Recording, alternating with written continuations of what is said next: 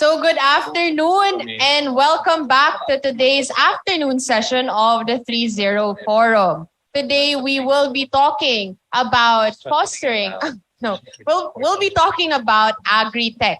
So everything that has to do with low-tech, high-tech within the agricultural sector here in Southeast Asia. And to do so, let me call on stage none other than our moderator, Ms. Wilby from A to Annie, who has also co-organized this session with us. Ms. Wilby, may you please call on your fellow panelists, and then I'll hand the floor over to you. Thank you, Chantel. So again, I'm Wilby Anyora from Ato Ani. So basically, Ato Ani is an agri-tech social enterprise that we're focusing on using technology to enable database produce demand sustainable agriculture model with our farming community. So we have our representatives coming in. And for now, since our topic is around the focus on agri-tech, we will be joined by the esteemed panel of speakers coming from different countries, different organizations and groups. So I'll be calling them one by one. Wait up. So let's start with, two people are joining online. We have Sir Hatim Safali, Program Director of SAPA, and Sir Ferron Haryanto, the CEO of a commodity. But right now, let me call on Sir Luca Fisher, the Program Manager of Cultiva. So Sir Luca Fisher Cultiva is a technology-enabled service company empowering over 700,000 producers and business users across 27 countries. So Cultiva supports some of the largest multinational companies by digitizing and verifying global supply chains. So Cultiva's focus is to enhance traceability, inclusiveness, and sustainability. Sir is leading Cultiva's palm oil and rubber field implementation projects. In his day-to-day work, Luca bridges the gap between the client, the product, and field team. He has more than 5 years of work experience related to sustainable sourcing, smallholder livelihood, and inclusive business. Luca Fisher has worked in the Global South, including Africa, Latin America, and Asia, and has graduated with a Master of Science in Sustainable Resource Management from the Technical University of Munich in Germany. Let's all welcome Sir Luca Fisher. Thank you, sir. Thank you for coming. All right. A round of applause, please. Okay. So now let me call on to give a more holistic view around this discussion around AgriTech. Let me call on Ma'am Nina Melesio. He is a representative from the one of Ato Ani's partner farming communities with their own women's group, people organization, indigenous people group, as well as a cultural recovery group. So they are taking on an organized and more sustainable approach to farming in Bohol. So let us all welcome Nina Melesio. Thank you for coming, ma'am. All right, so the last who will be joining in person is Sir Jairus Ferrer, the CEO of iFarms. iFarms is dignifying Philippine agriculture through technology by giving their partner growers the liberty to publish their products, input their own process, and control their delivery schedule. Through their technology, businesses are able to connect, order, and schedule directly with growers. So let us all welcome Sir Jairus Ferrer, who actually gave a speech a while ago during the last discussion. Thank you, sir. All right. And I believe we have two more panelists who are joining in online. Let me start off with Sir Hatim Esofali, the Program Director of SAPA. Yes, if you can. Yes, that one. So Hatim Esofali, who is in charge of designing and implementing the activities in the field for SAPA in collaboration with local partners. He is responsible for strategic design and operational deployment of the SOTI program worldwide. And for the past 15 years, he has been intent in strengthening the capacity of local development actors to achieve impact at scale. So before SAPA, he worked with Livelihood Ventures, an impact investment fund supported by multinational corporations such as Danone and Mars Inc. So it allowed him to reconnect large groups of vulnerable smallholders with a secure and profitable market.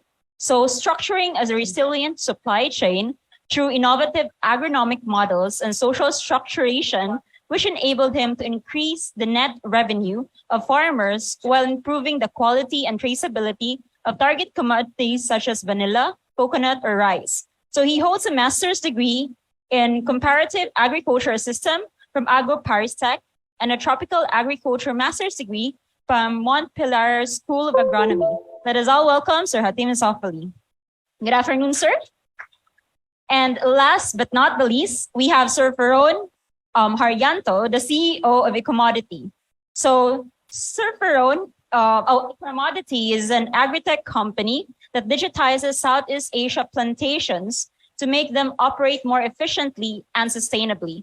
So commodities include palm, oil, sugar, rubber, and durian. So currently, they help companies monitor over 100,000 hectares of palm oil across Indonesia and Malaysia.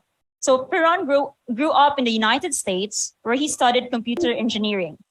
So he spent the last 12 years as a technology consultant, where he helped companies implement their enterprise software. So let us all welcome Sir Ferron Haryanto. So good. Sorry. All right. So good afternoon, everyone. So how are you today? Perhaps is there another mic? Yeah, another mic. All right. There and so far. Hi. Yeah, thank you for having us today. And yeah, doing good. I hope everybody else here too, not too tired after food coma or anything. I hope. Looking forward to the session. Yeah. Yeah, you know, they say the hardest session is after lunch. So we have to make it entertaining, okay? Filipino. Yes, sir. Thank you, everyone, for joining this forum. Yes, and thanks for having on our call, Miss. Thank you for having this honor. Okay, thank you, ma'am. And can we have the Sir Ferron or Sir Hatim? Yeah? Sure. Thank you so much for allowing us to join as a panelist. I'm looking forward to hearing other types of agri-tech in the Southeast Asia region. So thank you again, and looking forward to a nice discussion. Yes, Sir Hatim. Yes, hi everyone. So also happy to meet people working on the same sector, and happy to have a, let's say, a dynamic and shared discussion together. Okay, yes, and thank you so much everyone for coming in. So as you might have heard from their bios, so our topic for today is a focus in agri-tech, particularly looking into inclusive or innovative solutions that allows for or enables a more inclusive and sustainable agriculture model for our farmers, customers, and relevant stakeholders. So let me start off. Speaking of agriculture and technology, what do you think is the role, or what do you think are the high impact possibilities that technology and data management opens up for agriculture? Perhaps you can start with the ones online.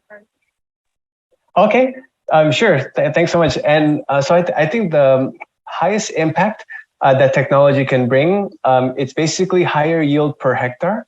And this is a challenge, I think, in palm oil especially, because the smallholders will not have as good practices and agriculture input as large companies. So what we try doing as Ecommodity is helping them manage their plantations better, whether it's a smallholder or a mid-sized plantation. Another thing that we can bring with technology is the quality of life for the actual smallholder, and whether that's bringing IT infrastructure or helping them use today's technology. Sometimes a smartphone is the first time they ever use a device. They're moving from a block phone. So I think higher yield per hectare and the quality of life of a farmer through technology would be the things that are the lowest hanging fruit, pun intended. Okay, thank you so much, Sir Ferron. What about Sir Hatim? Yes, sir. Yeah, thanks for this first question. So yes, I think the impact was already mentioned by Ferron, but I would say that the technology is also a very good lever to go to scale. Today, working with NGO local partners, we know that there are limitations to reach people. There are limitations in sanitary conditions. There are more and more limitations to communicate, but also to exchange. So the technology is a really good tool in order to, let's say, mitigate the constraint of the fuel, the price of gasoline or fuel raising, or the problem to reach vulnerable farmers who are very remote. So sometimes you have network, you have Wi-Fi, and most of the farmers, they can get connection. So we can indeed provide them trainings, and we can still communicate with them, and we can also reach a larger number of farmers. So the technology is definitely a tool, only a tool for me to reach more people and to provide them like very, very relevant information and trainings that they can get otherwise because of their location and their situation and their background. Yeah. Okay, thank you so much, Hatim. So what I get is that we use technology to get to more people, to make it more scalable, and at the same time, to make more database recommendations towards them so that we wouldn't really waste our effort on something that is not really working. So perhaps you can have to share more about Okay, yeah, thank you very much for having me here. Let me shortly introduce Coltiva for everyone. So we are a global technology-enabled service company. Basically, over the last years, we have empowered over 700,000 smallholder farmers and small and medium-sized enterprises along global agriculture value chains. Yeah, and our approach is usually to work with large multinational companies like Nestle, Mars, Cargill, to actually digitalize their supply chain and then verify issues within their supply chain. So this includes deforestation, child labor, exploitation along their supply chain. And basically, we try to enhance traceability, inclusiveness, so that the smallholders are integrated, and the sustainability as well. I think first of all, I want to step a bit back. So I want to look at maybe from Coltiva's side, what are the issues of our clients? Our clients are usually like the large private sector partners, like I mentioned, Nestle, Mars. They struggle. They work in very complex, multi-layered agriculture supply chains, and they get criticized for the deforestation, for the child labor in their supply chain, for the exploitation, and but they really struggle to figure out where is this happening, and they really lack the data insight. Yeah. And then on the other side, Coltiva, we always call ourselves, we are farmer first. So we focus on the smallholder farmer. Yeah. And they also struggle, but they face very, very different challenges. I think in the Philippines, it's probably similar. In Indonesia, from my experience, where I'm working, is that, smallholder farmers face land legality issues. They often don't have proper land titles. They have issues with good agricultural practices. Their productivity is very low. They also don't really have access to like good planting materials. The seedlings that they plant have low productivity. They don't have much bargaining power, and they are unbankable. So these are very, very different challenges. But basically, Coltiva tries to solve actually both challenges at the same time. So we do this by kind of trying to really digitalize the whole rural agricultural system. So we have an app for the farmer. We have an app for a dealer buying station, the middleman that is buying from the farmer. We have an app for like a small shop that is selling pesticides or seedling to the farmer.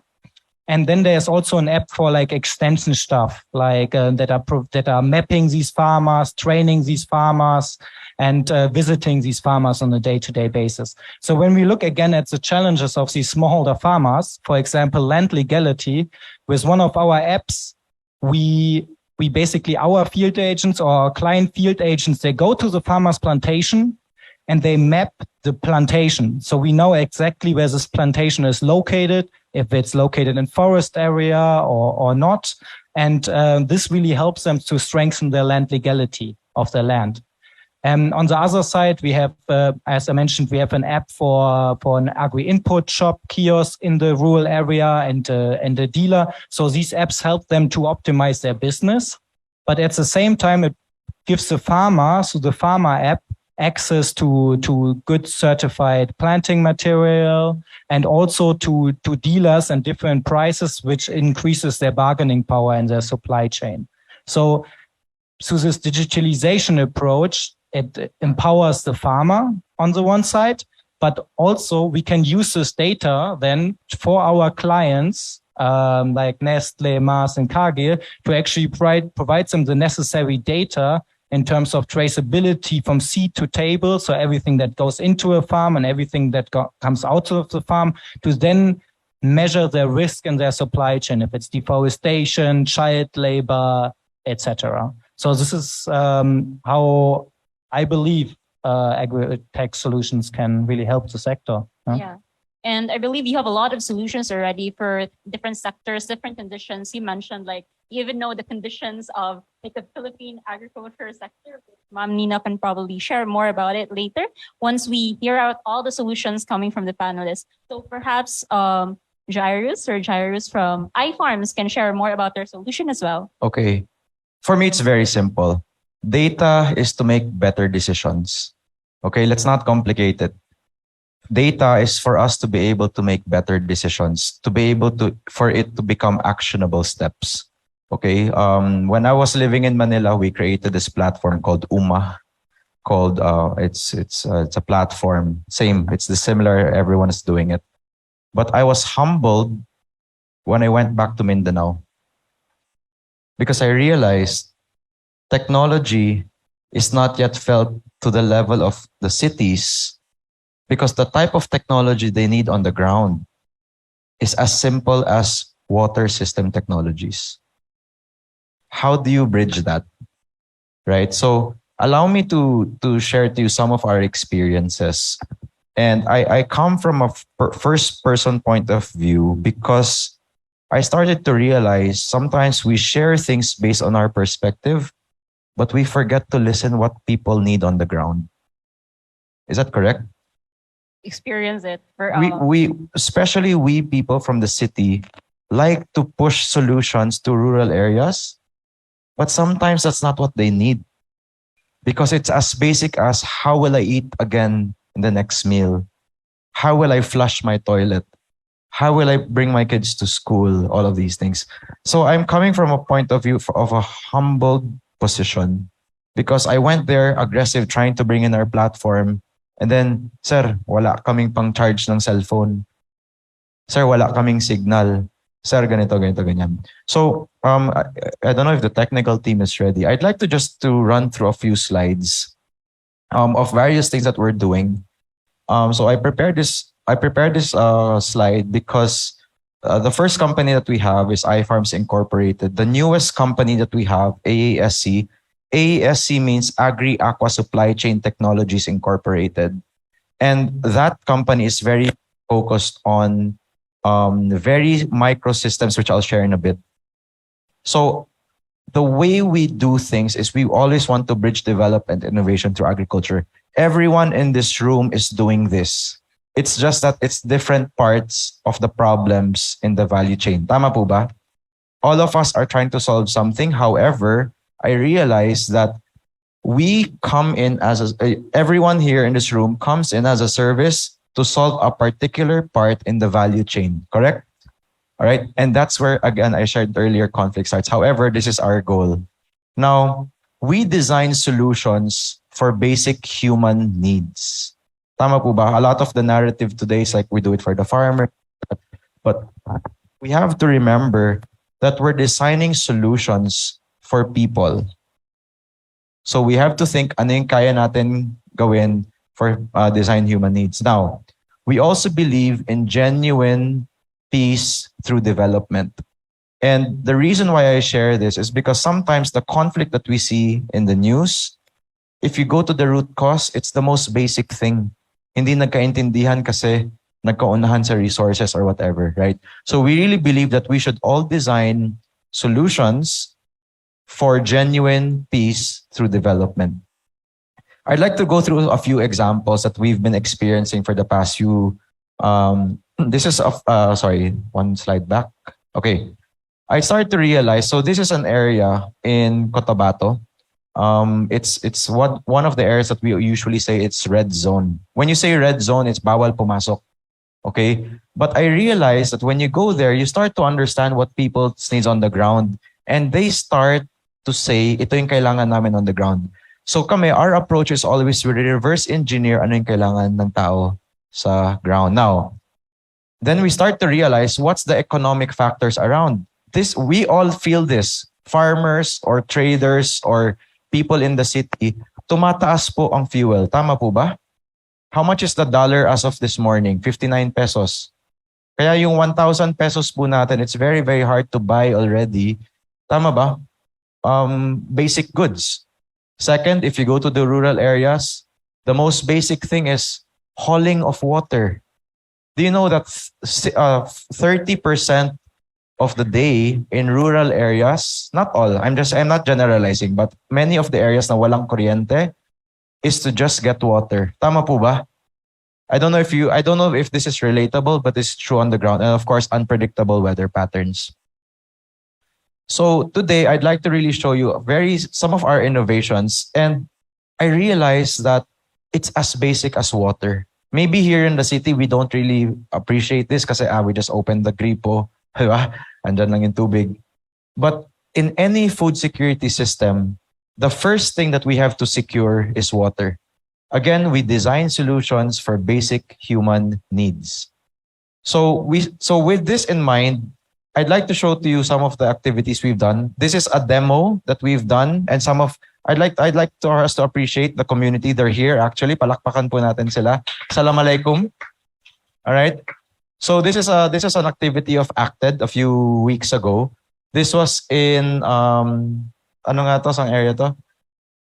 Dato Angal, Mintimbang, okay? So this is 12 municipalities. And the thing here is we wanted to see if this solution is something that's really needed on the ground. Tama po ba? Because we have to assess. And funny thing is, I'll share to you more of the technology, but it's not about the technology. It's what the technology solves on an everyday activity. Tama po ba? So we have to put solutions that solves everyday activities to make things better for people.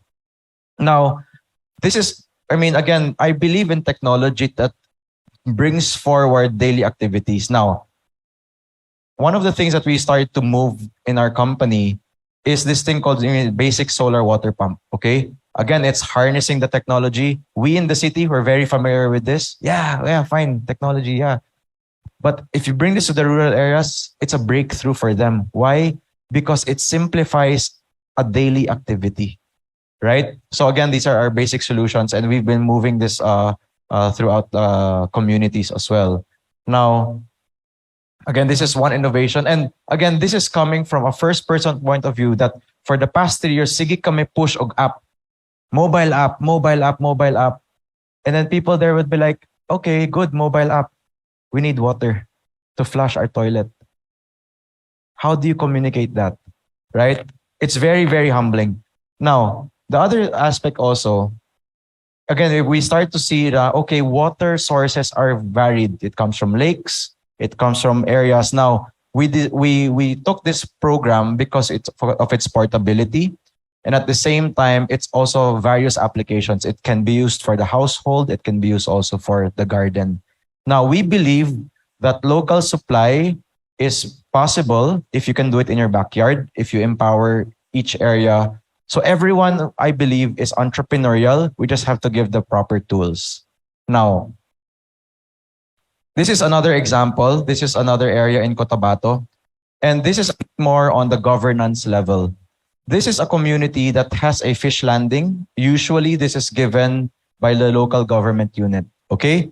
Now, sometimes the local government unit, you have to understand the role of the local government unit is to be able to put infrastructures like this, but not to give it the operational capital to work on it. Because I realize that there are parameters in the government that's very, very limited. So question is, what do you infuse there now? So this is in Pigkawayan, South Cotabato, and this is a marshland. Meaning, yung tubig namin sa Bukidnon ends up to this community, and they have one of the best fresh catch in the community. However, the question kanina, I think the community from Lana was telling us that we need to put solutions, and the most basic thing was ice. So the challenge was, how do you put a solution on an area na walang kuryente, the grid lines are not there, it's too expensive. Number two, how do you make it mobile? And number three, how do you provide what we call an in-transit solution? An in-transit solution means they can bring it to a fireplace. And usually the narrative is, let's put in a big ice plant, let's put in a big cold storage facility and all of that. But in reality, does the community have the capacity to absorb this? So we started to design something for the past 2 years, and we started to say, how do we bridge technology like the solar energy, the mobility of a 20-foot container van, and the power of battery systems that's equal to the Tesla cars? How do we bring that together?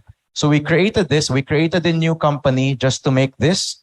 It's called the Solar Mobile Ice Machine, and we call it Sahaya One. Why Sahaya One? What is the meaning of Sahaya, ma'am, sa community natin? It means light or hope. Tama po ba? So we wanted it to be cultural context. As of yesterday, this is our progress. This is the first unit in Cagayan de Oro. And our short-term goal is to be able to produce 10 units a month in Mindanao. Why did I bring this to Mindanao? Because sometimes when we hear something about Mindanao, the first thing that people hear is something negative. Tama po ba? We wanted to bring the best minds of the world. Marami po tayong mga retirees dito na AFAM, okay, who start to work for different companies, and we start to hire them. This is our first unit, and this will be going to Pigkawayan. This has 36 kilowatt of power that can produce 150 kilos of ice every 3 hours. Okay? And the reason we started to develop this is because if we are able to put something like this in the rural community, then therefore it will attract economic commerce, it will start to activate activity, and logistics will start to feed itself. Let's go to data. This unit will be able to collect data and allow governance, community leaders to be able to catch the data. Why? We realize that to preserve 1 kilo of fish, you need to have 1 kilo of ice. So basic math would say, if we produce 150 kilos of ice, it translates to 150 kilos of fish. Now, if you go to the rural areas like the Basulta, I went to the Basilan, Sulu, and Tawi-Tawi areas, we started to realize, ba't hindi kayo humingi ng tulong sa mga leaders? They said, sir, our data needs to be backed up by Philippine Statistics Authority. Very challenging. They don't have that system there. So therefore, nagko-consolidate ang information in cities like Zamboanga, Cotabato, or Jensan. But the fish comes from the rural communities. With this solution, we can now justify that municipalities with this machine is producing this much ice, and that translates to development and activity, and they can now justify for more support. So this is an example of some of our innovations. So these are the actual photos of our innovation. Again, it's an in-transit solution, and we have a principle when we make solutions: keep it simple, stupid. KISS. It's a manufacturing principle that we apply, that no read, no write can operate this. Now, last 2 slides, I'd like to show this. One more. I don't know kung pwede pa. Okay. Again, the transfer of knowledge is there. All of us here, we're knowledge heavy, but we have to realize that we need to have the empathy, the patience, and the humility to go to the communities and the transfer of knowledge. And again, I like the term kanina is slow capital. We need to work around the nature of the plant or the community as well. And I think that's a last. So again, some non-food industries that we're doing. This is our farm, our family farm in Butuan City. And we said, what are the resources around? Sabi namin, meron kaming nipa, and Nipa is a freshwater, brackish water palm, and we linked it to out of this. I think this has gone viral. Okay, ito po ay isang Muslim designed na low cost housing which we passed with NHA. Again, it's really partnering and linkages. No, so these are just other examples. So again, innovation doesn't need to be complicated, but we also realize, let's listen to the people on the ground and start to ask them, baka the technologies are very simple, are very basic, and that's what we integrate. Okay, so thank you. Okay, thank you so much for sharing, Sir Jairo. So we've seen a lot of their innovations that are catered to what is really needed in the situation in your locality. Perhaps we can share more about the knowledge transfer suggestions later on, because there will be a lot of discussions around that as well as the challenges. Can we have Sir Ferron from a commodity to share a bit about their solution and how they are helping farmers? Absolutely. So in Indonesia, what we've experienced is that the infrastructure and education are quite limited in these areas where they're farming. So our solution is offline. So meaning the Android devices that we give to them do not need SIM cards. So when we collect data, it's using offline. It's directly to the handphone, and then when it goes to our servers, it's directly using Wi-Fi. So our engagement model is usually we'll go to an area or a company plantation that needs digitization. For a medium-sized company, let's say a few hundred hectares of palm oil, tens of workers, and then we will help them manage their workers. How many are harvesting today? How many are spraying? How many are applying fertilizer? How many are pruning? So with technology, we're basically making a clear picture on what they're doing with their farm. And one of the things that was used during COVID was face recognition. And face recognition makes sure that a worker who's present is actually going to get paid, was actually there. And then we know when they check in, it's a certain block or area. And when they check out at a certain time, we also know how many hours that they worked. Face recognition was COVID friendly compared to a fingerprint, which is how they used biometrics before. So e-commodity will go to plantations, palm oil, for durian, and for sugar and rubber. And we will help them manage their workers using Android system. And the Android system is offline, so they don't need SIM cards. So that's just a high level. Are there the 3 slides that I sent earlier before? If there are, then later on I can walk through a project. But if not, that's a good overview. Okay. I guess there's none coming from the moderators. All right. Thank you so much for sharing, Sir Ferron. So there are a lot of technologies. We have simple technologies. We have sophisticated technologies. But at the end of the day, it's all about addressing the needs of who we are catering to, our target market, our target beneficiaries. So perhaps can have Sir Hatim to share more as well about the solutions and how are they helping farmers and the agricultural sector in general. Yeah. Yes, thanks. I'm going to be a little bit shorter because otherwise it's a monologue and maybe there is no discussion here. It's less interesting, I would say. So I think what is interesting and through the testimony of the people before is that you have a different way of, as you said, listening to the farmers and all that. But what we are trying to do, and at XAPA, the company where I work, we have an initiative called SUTI, which is Scale Up Initiative for Technical Training and Traceability. So I don't know if you can just project this one of the slide I've sent, but what we are doing is basically, instead of having small initiative to farmers community and providing them things that they would ask for, we try really to understand the problem all along the supply chain, like from farmers to the industrial or the clients like Lucas said. we work with clients, companies, but we also work with farmers. So what is interesting is to really co-design, and co-designing is really a key initiative that really aims to a common objective that we set together. So before, when I used to work 15 years with NGOs, local NGOs in the Philippines, in Cotabato. You mentioned Cotabato, and it's a very sensitive and very difficult context to work with. And when you work with NGOs, you see that you have very good initiative, successful initiative, but needs to be to scale.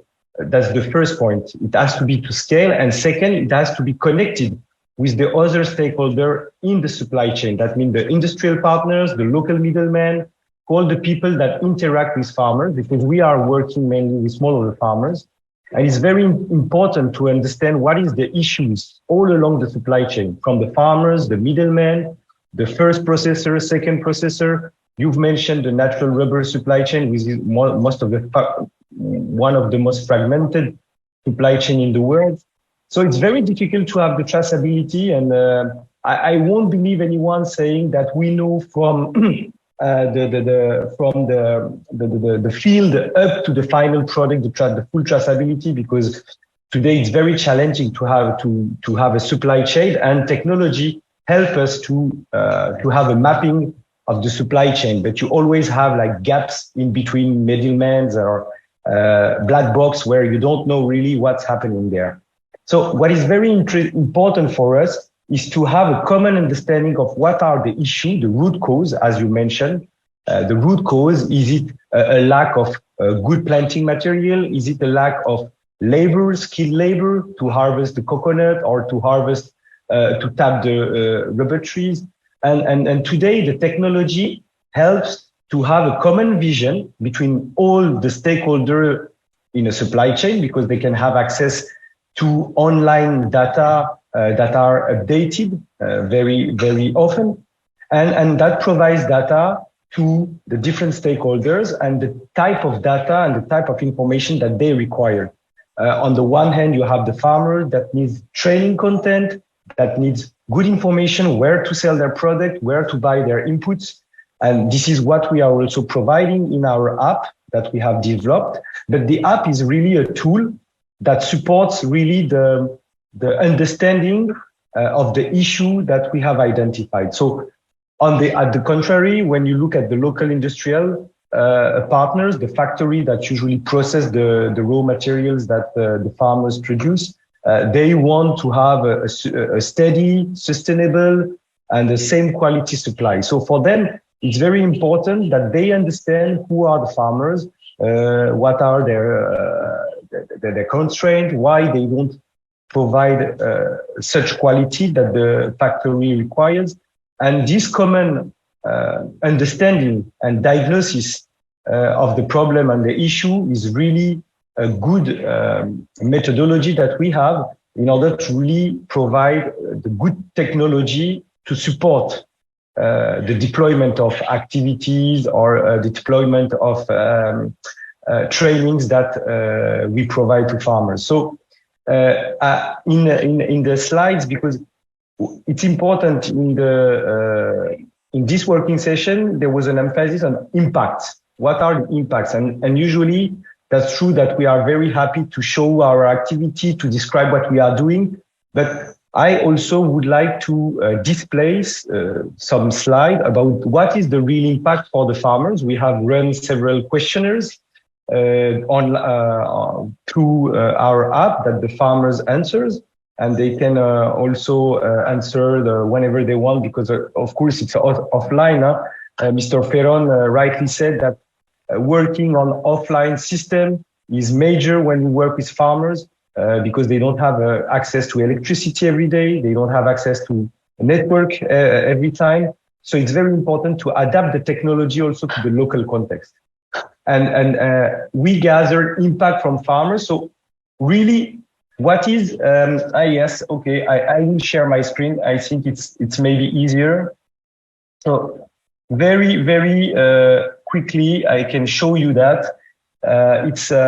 it's an impact survey that we did among our farmers. It's in Indonesia. It's a program that we are running on the natural rubber supply chain. And we have started some activities, and we have deployed trainings. So you have physical trainings, face-to-face training, like you have usually on development program. But after that, and during this training, we teach also the farmers to how to use an app that will help them to follow up and strengthen their skills when they go back home, and they can share that with their family and friends. So we ran this study on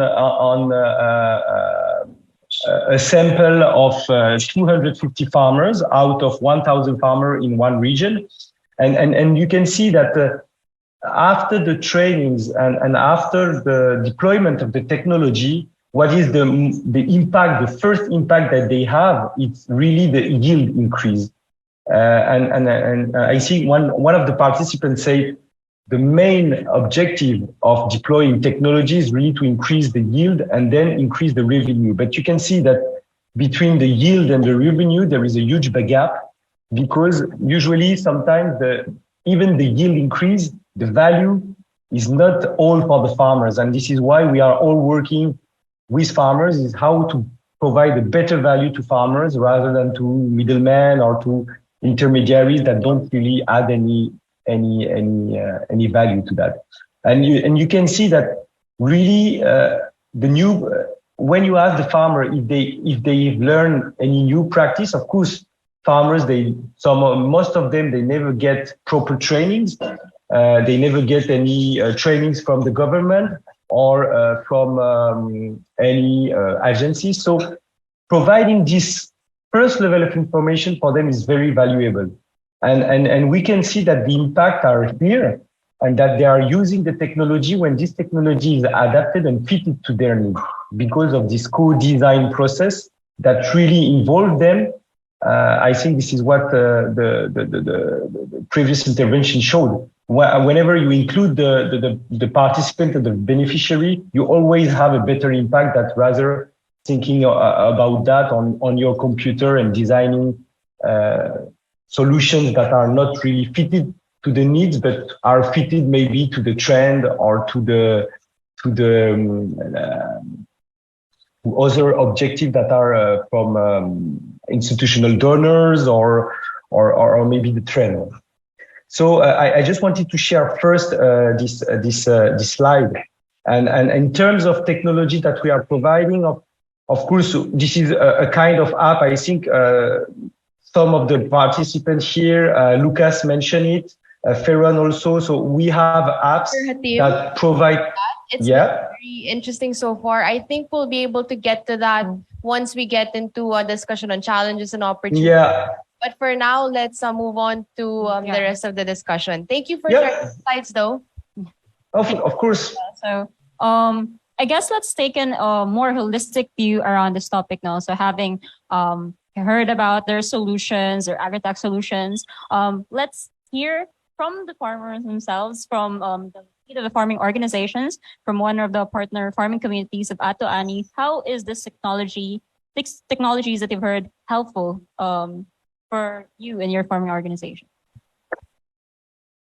From our farmers, technology is very important to us, because each one says that we will help farmers.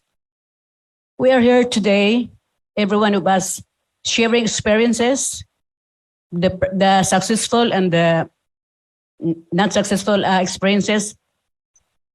By hearing that situation, we from our place is very far from the national road or the provincial road.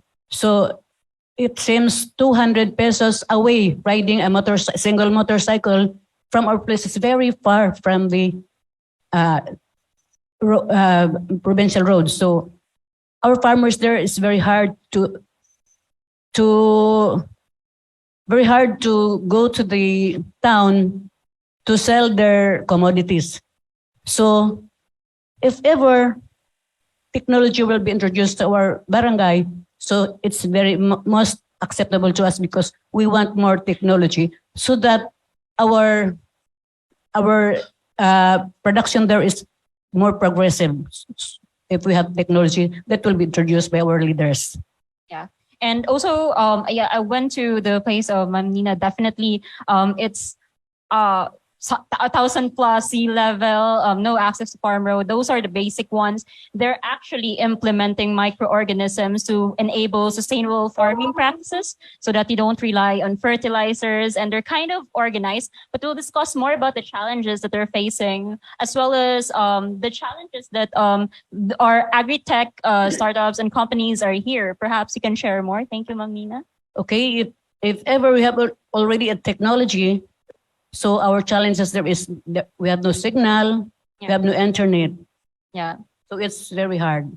Yeah. So if we do have like technological solutions, you have to do it like you have to present the data manually so that it makes sense to them, right?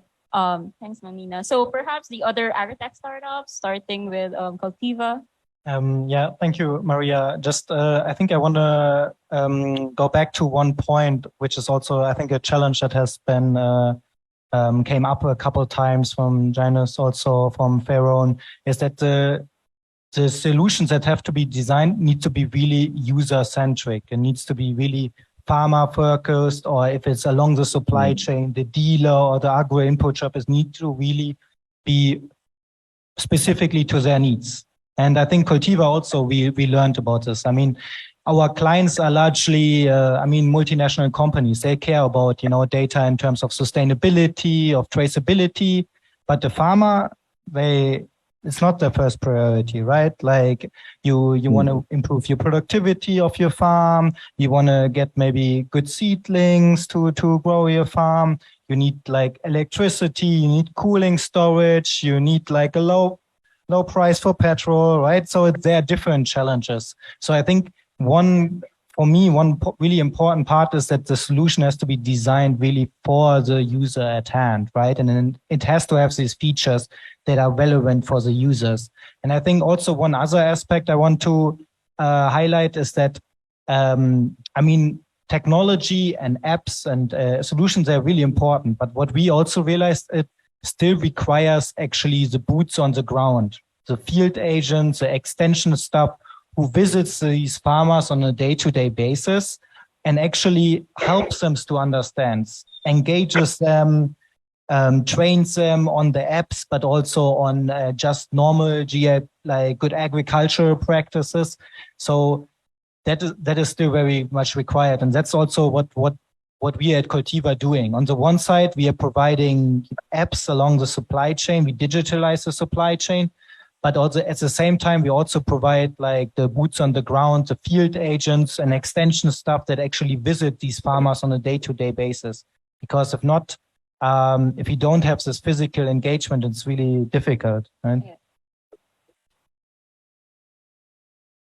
More to your challenges from what you mentioned specific, but I do agree with being more engaging.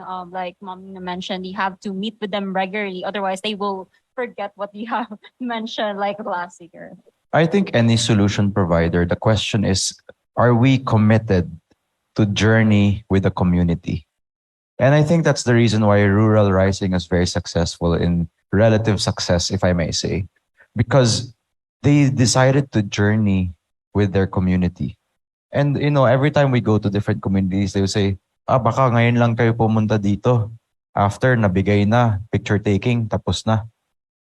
Right? And that's what I want to challenge people here. After the bells and whistles, are you willing to go back without the cameras? Are you willing to go back without the facades? Right? And I also realize that, it's very exciting to be in these areas, but there's also a running cost on everything. Right? And I had a very interesting conversation recently. I don't need to name names, but from a policy level, we're the only country that does not subsidize our agricultural sector. Right? Although there's a lot of ayuda, but we're a begging, sorry to say this, it's very painful words, but we are a begging culture. if we want to rise, if we really want to increase, we increase human productivity by enabling people to be solution problem drivers, right? We all have to be solution driven people, and we all have to be problem solvers, right? And that's the reason why that's everyone here. We're all problem solvers in our own respect. Okay. So the challenges is very diverse. If you're talking about, it depends on the activity that has to be made. Okay, it's very diverse. But I really believe in making things very simple, right? Make things very simple that people can behave on it and carry it on a daily basis. Okay. I understand, the complications of making it user-centered, because we did that design, user-centered design, UI, UX, very, very highfalutin things. But at the end of the day, design it for people to use every day. Okay, so I think that's the highest impact that we can do. So yeah, that's a quick idea. And indeed, no, and in this discussion in terms of challenges, if you do create something that not, for example, the farmers who are your end users could not use, then what's the use of it? Like spending so much months doing it, right? And also, can we have like the challenges that Hatim and Ferron probably experience where they're scaling their solution, seeing that you are present in various countries and have reached hectares of plantations? Ferron? Sure, definitely. I think the challenge, like we were mentioning with Cultive and also Keep Sapa, is the technology infrastructure. And the other thing was the education level. So what we had to do is use a lot of icons, especially when we were in Malaysia. There's a lot of foreign workers. And instead of having it English, Malaysian, and Indonesian, what we just did was choose a lot of icons so that it's easier for some people to select whether they're spraying or fertilizer or harvesting. That just makes it easier to use. And then road access and electricity access has been an issue. And then that dictates what type of vehicles you can work with this particular farmer. And so when we're trying to deliver the most value, we first have to understand the region. And even though it's, let's just go back to palm oil as an example. Even though the palm oil is still one commodity, if it's in a different area that's hilly, the sand is either peat soil or sand or mineral, and the type of workers, then you'll have a different type of system. So the challenge is that every area is different, even though it's the same commodity. And then we have to cater to the education level and in IT infrastructure. Thank you for sharing, Sir Ferron. How about Sir Hatim? What are the challenges that you experience working with different smallholder farmers in terms of scaling it and applying, introducing it to more farming communities? I totally agree to what Ferron and Lucas said. There is the problem of infrastructure and all that, but most important is the farmers' engagement. What the problem that we are facing mainly is that the farmers we are working with are technology is not the only way, is not the only lever to help them, because at one point I would say they are spending a lot of time on social media, Facebook, Twitter, Instagram, and all that to share and to communicate. But when it comes to their farm, their business, I think that there is also a kind of education to do in terms of how also this kind of application can help them in daily life, and not only on the entertainment side, but only on their really business side. So helping them to use this app on a daily basis, because is also challenging. So they need also, as Lucas said, to see people on the ground with their boots on the ground. This is major, but still we also have to explain and show them the interest of having these two, let's say, source of information. The physical one, when you have people coming, visiting you and discussing with you, but also how the app can also support their daily life and their daily activity. So the engagement of farmer and the time you spend to help to teach them and to explain them about the app and how to use it and all that is really major also, and it's something that you should not underestimate. Otherwise, you develop a very fancy and sexy tool and technology, but at the end of the day, nobody is using it. Okay, thank you for sharing, Sir Hatim. So definitely, you need to have to gauge a lot of farmers to spend really a lot of your time, not only engage them, but to continue to teach them these new solutions, tech solutions, simple solutions that would be very helpful to them. So looking at the challenges that you've shared as well as the solutions that you've shared, perhaps you can take in a more a policy making perspective, no? Because you've shared already some recommendations. You shared already about the even in the past sessions or the previous sessions, you've shared already what we can recommend in terms of creating policies that can support these farmers, that can enable a more sustainable and inclusive agriculture. Perhaps let's start with what focus areas should we take into to enable these technologies to thrive and to scale and reach more farmers, reach more communities, but at the same time make it more sustainable as well, so that it's more inclusive and sustainable at the same time. Perhaps you can start, sir. Policy level. Okay. Wow. I can go on and on with this for 2 hours. The policy level, we discovered this thing called transformational business partnerships for the plantations that we help facilitate. What is transformational business partnership?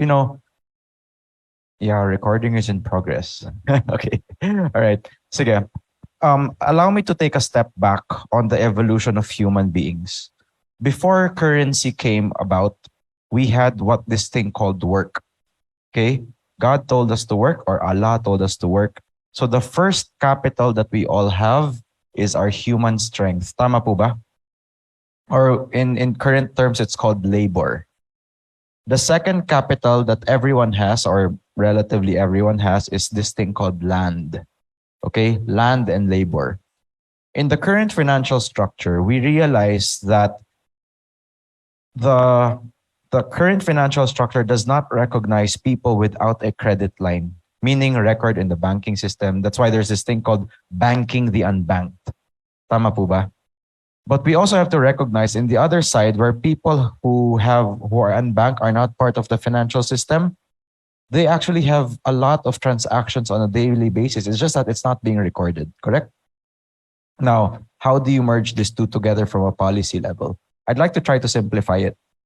The transformational business partnership business model that we are trying to apply in the BARM area is equity partnership, where the land area, which is about how many hectares, hundreds of hectares, and labor of the community is quantified into the equity partnership of the new corporation, 50-50. What does the corporation give? Management, technological know-how, access to market, access to financing. The other side gives their land, labor, but there's equal partnership in management. We realize that if we are co-partners instead of capitalistic point of view, there's more conversation happening, and at the same time, people will now. So of course, corporation will have to put into the investment side, and at the same time, take care of costs. But after, then it's equity sharing of 50-50. That's the only way to do it. No 60-40, no 70-30, 50-50 after everyone contributes into something. That's on a plantation level. It's a business model that we're willing to share, we're willing to open up, and we call it transformational business partnership. And it's the only business model that we've seen survive from a plantation level, policy level. Now, let's go to the second layer of policymakers for smallholder farmers. Let's simplify it, make it easy access to, that's the reason why all of these apps, it's because it's really just to record kung may economic activity, right? So again, hopefully we'll be able to influence a few policymakers from international banks and all of that very soon. But the conversation has started. The question is how to simplify, how to quantify what people have, which is land and labor. Okay, it's quite a complex thing, but we have to acknowledge that the current financial system just does not support the agricultural sector, because immediately the first question is, what's your ROI? Where in agriculture you have to wait years, right? We found out that there's a method to cure the disease of the banana industry.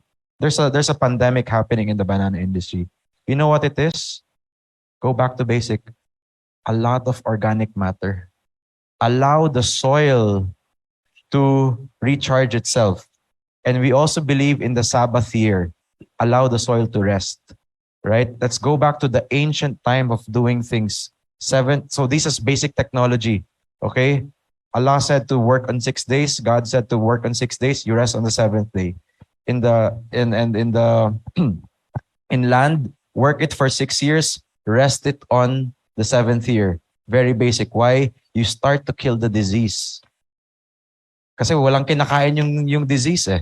Again, I can go on and on with this, no. But point being, we have to begin to look at how nature works itself, how nature recharges itself, and design solutions around nature.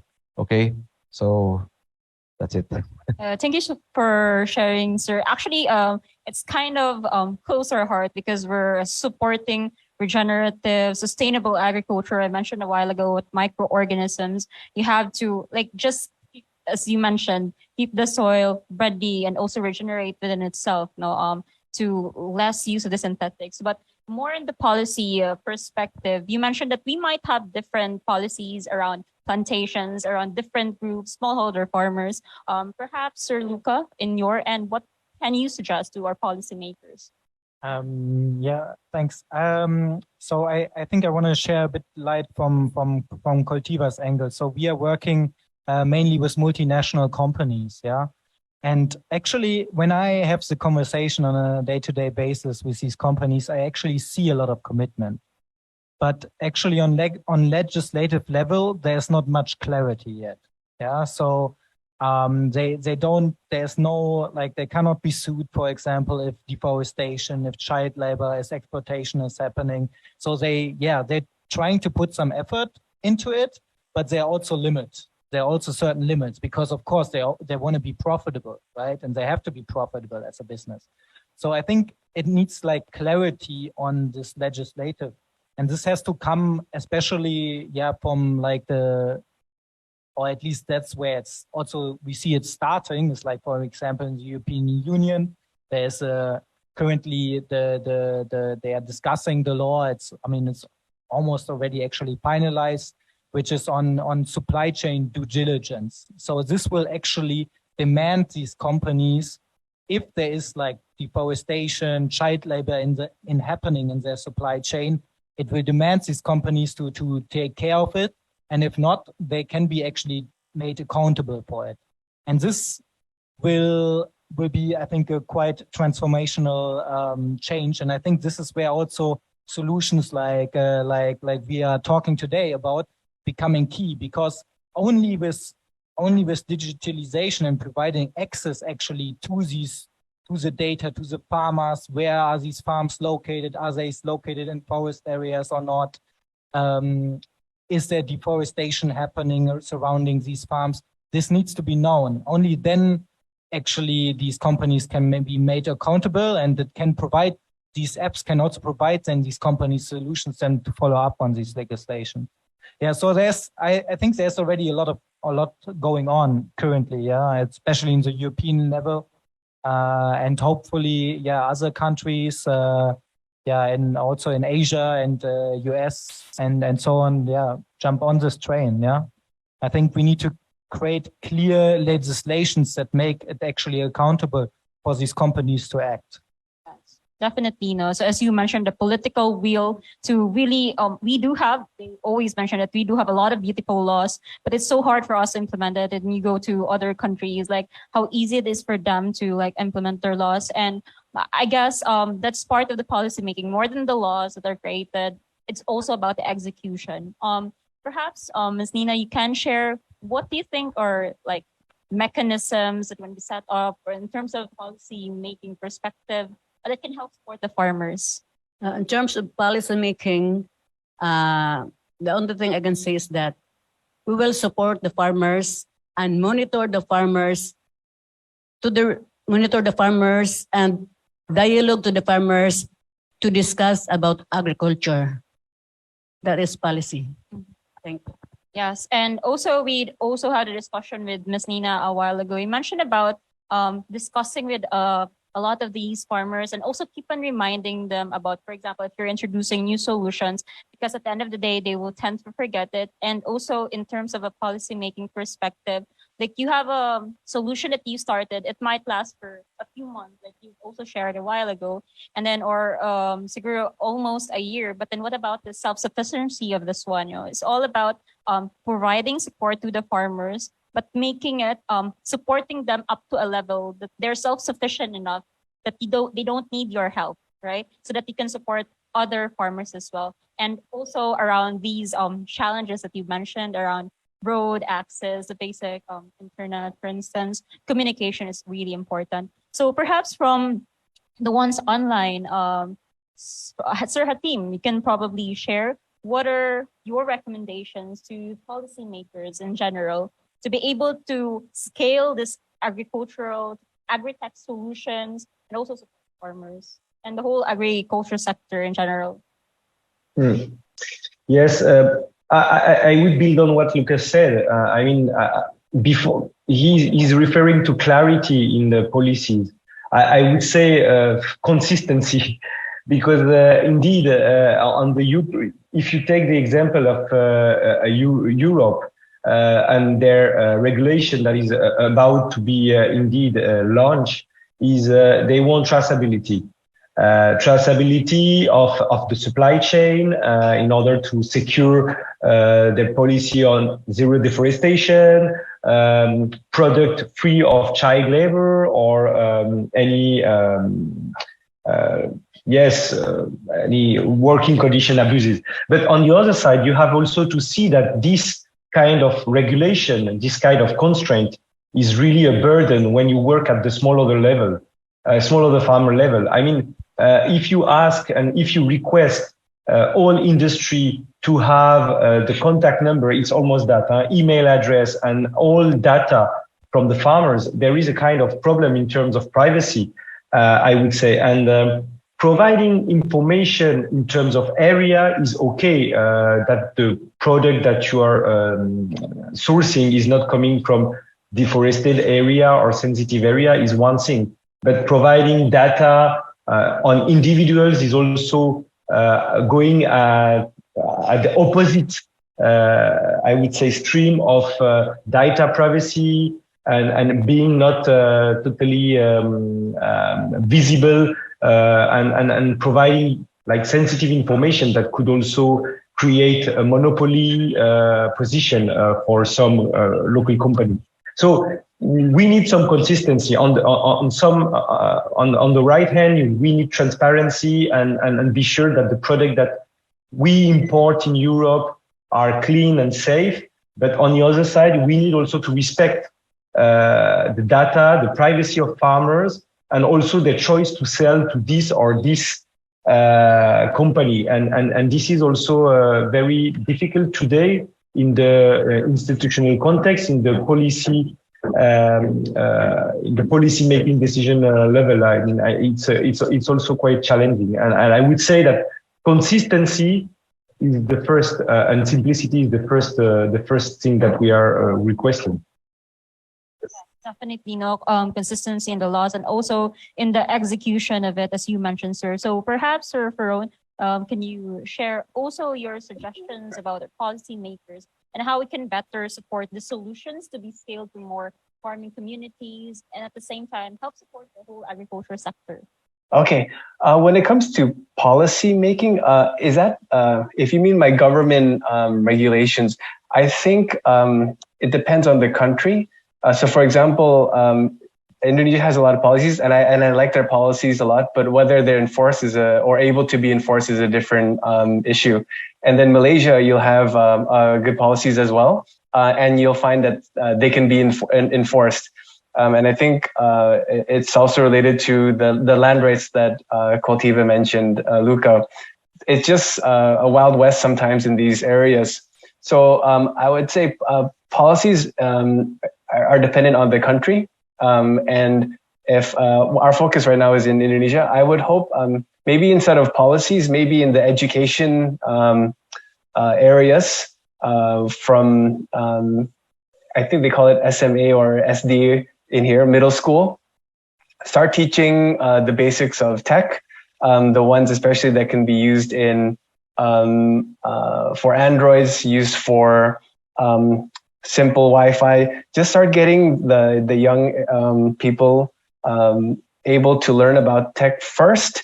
And then because right now what we've seen is e-commodity, we have to train people that are between 20 and 30 years old. It would have been great if they had beginning education on technology before. So I guess instead of policy, I would focus on the education requirements in these areas.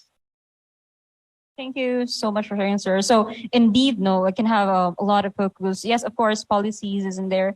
You can take an education awareness. Perhaps anyone from the panel would like to share additional focus areas aside from the policies, education as mentioned by the commodity, which we can take on so that these, because we're focusing on AgriTech, these solutions can scale to more communities.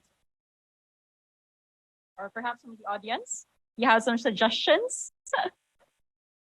What areas to focus on apart from policies, apart from education, technology transfer? One? All right, so I guess that's it for this panel. Any questions that you have? Because we still have time. I think we still have 6 minutes. If you do have questions that you want to have from the panel, because they're coming from, we have a lot of really good solutions. In the AgriTech sector, you might have something to ask from the panel, or you want to share something out from the session? Anyone? Wala? None? Yeah, or yes, before. Sige, go ahead.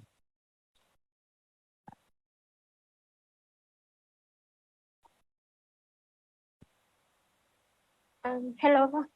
Can you share some success factor or even failure lesson learned in bringing agricultural technology to the farmers? I heard that many times you need to also provide a training to younger farmer because they are the one who are open to technology. Do you also consider to target those women group in the community as well?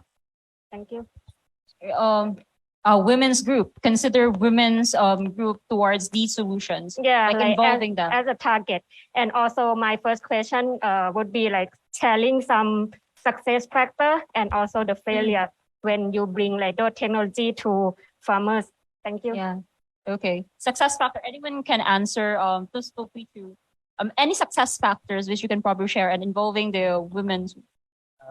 Yeah, maybe just one factor is, I think we already talked about earlier. I think technology can be really useful if it's user centric, right? And we also talked about that it still actually requires the people on the ground, the boots on the ground, that visiting the farmers and that providing then training on the app, but maybe also on good agricultural practices. Yeah.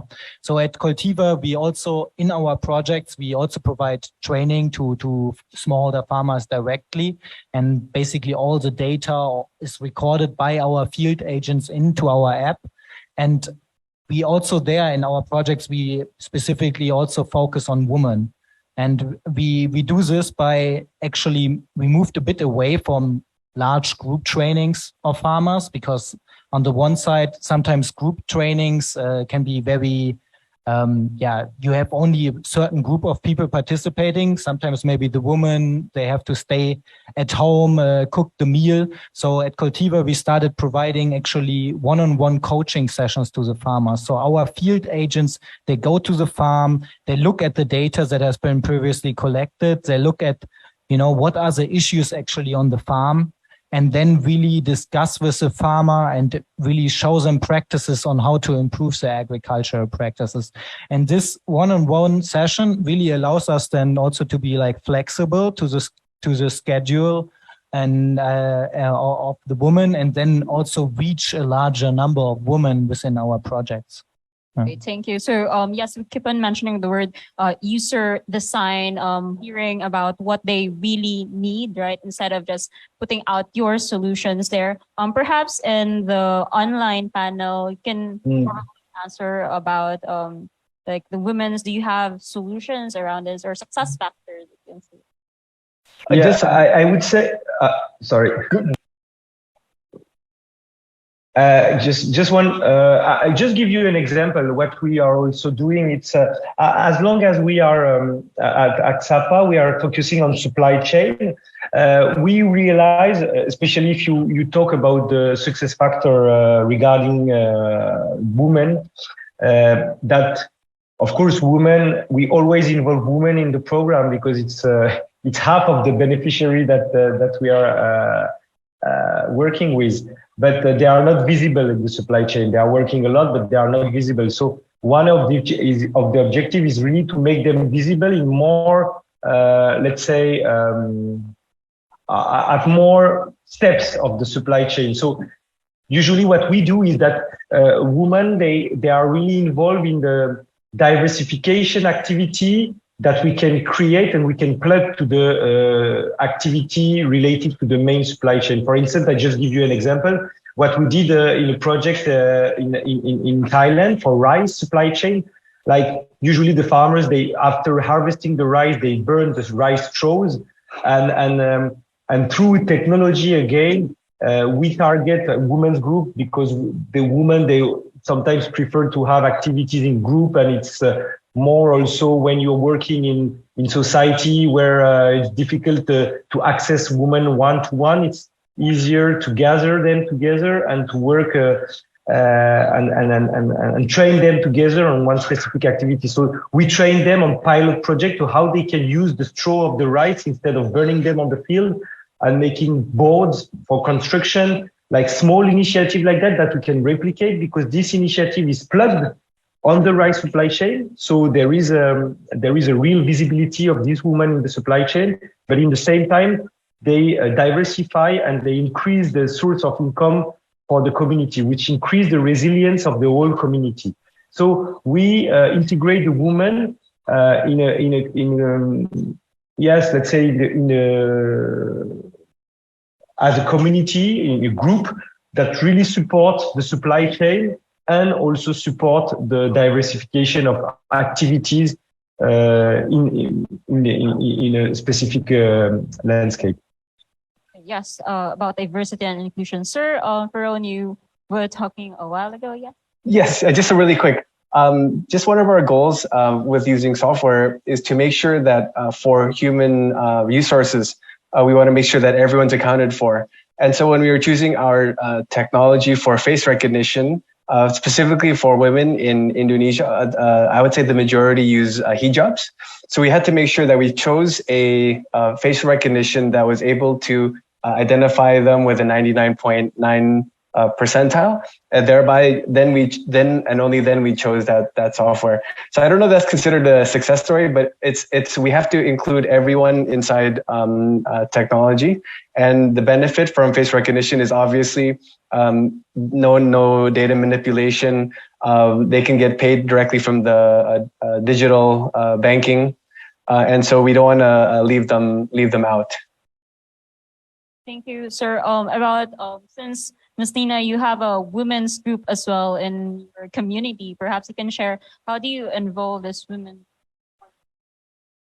In the sense that our women's there is accredited women's station, so we will tap our women's to to help this program to be a successful one. Thank you. They're really supportive around the programs we do implement in their area because they're kind of organized and there's a diversity in terms of numbers of the farmers. So I guess we're around 3 o'clock already. Any last thoughts, call to action from our panelists, which you want to share? You're good? Maybe just one last statement. I mean, I think there is a lot of demand or increasing demand, for sustainable products from the farmers, for transparent, traceable, sustainable products. We also see on the legislative action from the European Union that there will be also the support from the legislative action. I think what AgriTech can really offer, and also the companies here, is really through the digitalization of the supply chain, we can ensure that smallholders farmers are integrated. Yeah, because there's a really high risk by really demanding these companies to restore through a sustainable deforestation, child labor free, that they just focus on the large companies because there it's very easy to monitor.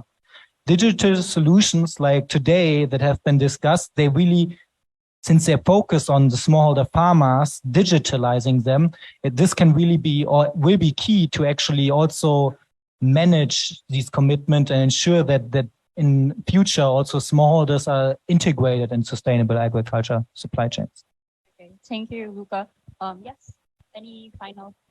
I heard that director from Saad, that Director from Saad is where a while ago, the previous session. he says that there is a phase 2 of Saad. So I hope that we'll be one of those beneficiary for the next years to come. Thank you. Yeah. Thank you so much. Perhaps we can connect after the session, so on the networking session later. Yeah. I would like to encourage everyone here, go back to the province. No, really, go back to the province. There's too many people in Metro Manila. The knowledge base is already mature. There's the internet. Guys, go back to the province. We need more people in the field. This is good. I love it. Thank you for the invitation, Acted. I really appreciate it. But let's go back to the rural areas and get our hands dirty. Okay? Yes. Thank you. Yes, I guess one more word from our panelists. None? It's okay already? Yes, I think that's it. Thank you so much for having or from iFarms, Viva, Farmers Group, also from SAPA and also Commodity. Thank you so much. Thank you very much.